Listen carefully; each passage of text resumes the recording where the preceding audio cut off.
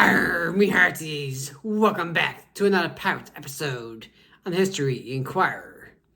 In today's episode, I'll be talking about the man, the myth, the legend, Captain Henry Avery, the Pirate King, who plundered an enormous fortune from the Mughal Emperor and later vanished without a trace. So sit back, relax, and grab a pint of grog as he waves the black flag, and I tell you the tale of one of history's most notorious pirates that inspired a generation. Now, in case you be wondering, the flag behind me is in fact a reproduction of the flag that Captain Henry Avery is said to have used during his pirate's career. However, he was also known to use the Union Jack, the King's colors, as well as the English flag with the cross of St. George on it. He loved his country and refused to attack English vessels. His tale begins in the port town of Plymouth in Devonshire, England in 1653.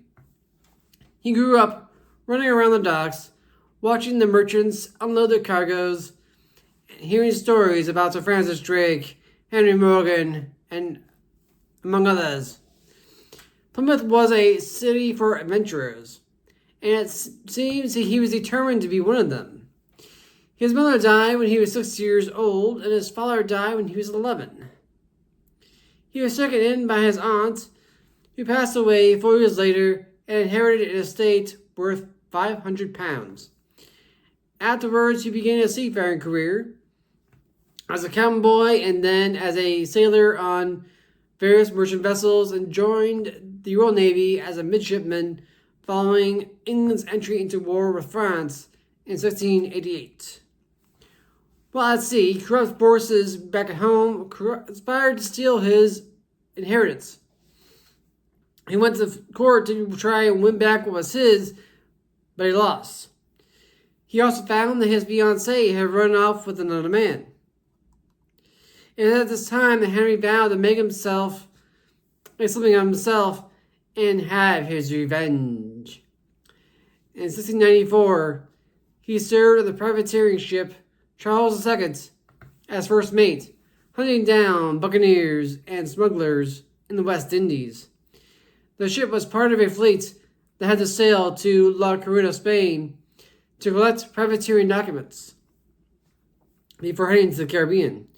Unfortunately, the trip there took longer than expected, and upon arrival, they discovered that the documents had yet to arrive from Madrid. So they waited and waited some more until over a month had gone by, and the promised semi-annual salary had yet to be paid to them. They were getting restless, and when they appealed to the powers that be for redress, they were told that they were now in the service of the King of Spain, and that he could do with them as he pleased. At this point, some of the men were starting to panic when Avery came up with the idea to mutiny. He gathered together a group of men from English ships in the harbor, boarded the Charles II, seized control of the ship, and set sail for the open sea while under fire from the Spanish fort. The question now was where to go next. They could have gone to the Caribbean. However, the richest man in the world at the time was the Emperor of India. So they decided to sail to the Indian Ocean and make their fortune there. And make it they would. They also decided to rename their ship from the Charles II to the Fancy, a frigate of 46 cannons. The captain would only receive one share and his first mate an extra half. Normally, on a privateering ship, the captain's share could be between 6 and 14 times that of the ordinary seaman. So making shares more equal was revolutionary for the time. Decisions were made democratically except during combat, when the authority of the captain was absolute. Upon reaching the island of Madagascar, they found two sloops whose crews ran themselves aground and fled into the woods in an attempt to save themselves. They thought Avery and his men were pirate hunters, but when Avery sent men ashore to reassure them that they were friends, the pirates joined forces and made for the coast of the Arabian Peninsula near the mouth of the Red Sea. They also picked up a few other pirate vessels, including one captained by a Thomas Tew. That's D-E-W. He was from the American colonies. It was off the coast of the Arabian Peninsula that they spotted a ship called the I'm going to butcher this, Mamadi, which is only lightly armed with 6 guns, and was looted by the pirates a treasure worth 50,000 pounds. Then a few days later, Avery laid eyes upon the ship that would make him a legend. This ship was the Ganj-e-Sawai, or Gunsway, the largest ship owned by the Mughal emperor himself, with several members of his court on board, including his own daughter, or possibly his granddaughter. I'm not sure which. The ship had 80 guns, 400 soldiers, and 400 rifles to defend itself against any attack. They were traveling home from a pilgrimage to Mecca with servants, slaves, attendants, gold and silver, jewels, etc. However, luckily for the pirates, not only were the ship's crew poorly trained, but one of the ship's guns exploded. Splintered metal flew across the deck. Its own friendly fire, killing 3 or 4 men and wounding countless others. The Gunsway's deck was a scene of blood, screams, and chaos. Then the Fancy and several fired several broadsides and took out the main mast of the enemy ship, crippling her.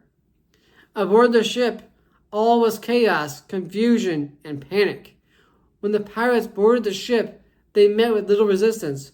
The ship struck its colors and surrendered. The pirates proceeded to plunder the ship and seize everything of value. Trial documents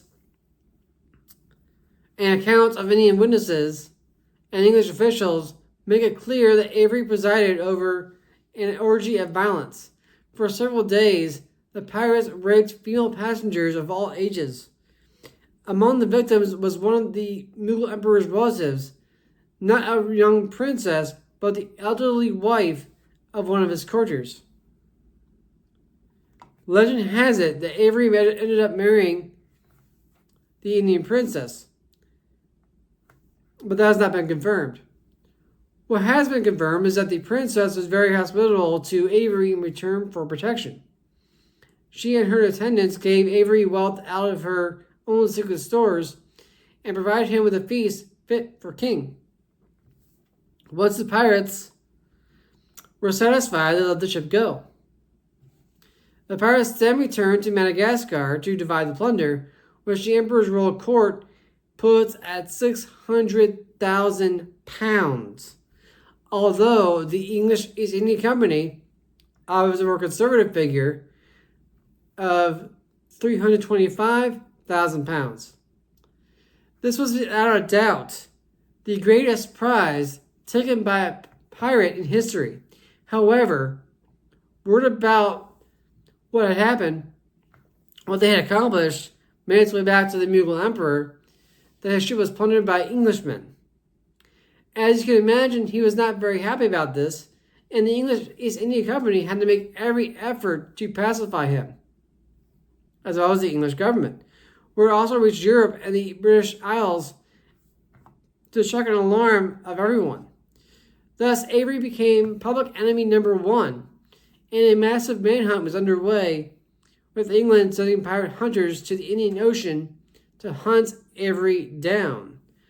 However, Avery and his crew decided to leave the Indian Ocean for the Caribbean, specifically the island of New Providence in the Bahamas. When Avery entered the harbor in Nassau, he introduced himself to the governor, Nicholas Trott, as Captain Bridgman, and gave him the Fancy and some of his cargo as a bribe, including, I quote, more than 50 barrels of elephant tusks, 100 barrels of gunpowder, several chests filled with guns and muskets, and a remarkable collection of ship's anchors, end quote. You see, the governor at the time was worried about the nearby Spanish and was very happy to receive these guns as well as these elephant tusks that were very, very valuable, so he could defend his island against any Spanish threat. So, thus having bribed the local governor, the pirates proceeded to eat, drink, make merry, and decide what to do next. Some of them decided to stay in Nassau and ended up marrying local women. Some bought a ship, so they could return home to their families in England, while another group sailed for Charleston, South Carolina. Captain Avery and 20 others bought a sloop called the Seaflower and sailed for the northern coast of Ireland. Some of his former crewmates were captured and hung, but Avery escaped capture and planned on traveling to Scotland and then on to Exeter in Devon, near where he grew up. However, little is known for certain, so at this point, he basically vanished. The book The Pirate King says that Avery met up with an old friend of his, Defoe, at the World's End pub in Edinburgh. And Daniel Defoe, in case you don't know, he wrote Robinson Crusoe. He also wrote the general history of the pirates. The first chapter of which is about Captain Avery. Okay? And it's from this account that Avery had indeed returned to Devon, where he tried to sell some diamonds,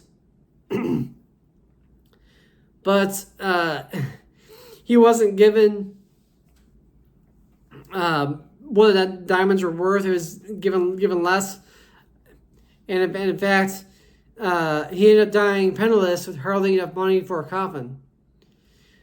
This account, however, was not published until 1724, and one must wonder just how accurate it is. The stories going around prior to this made Henry Avery into a legend, a hero to sailors and cabin boys living under harsh conditions.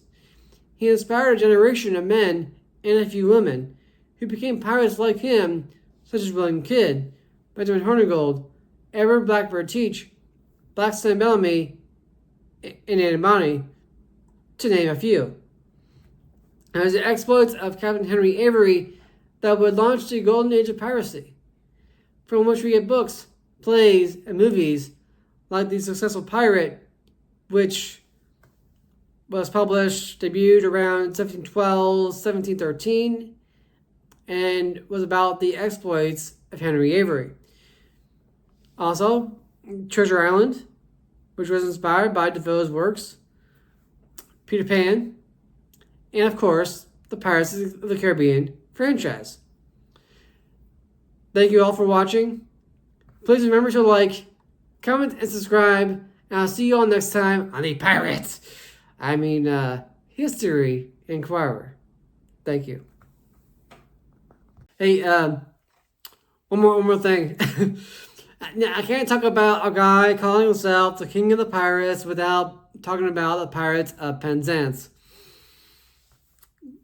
Great play, great movie. If you haven't seen it, please go see it. Watch on TV. It's great.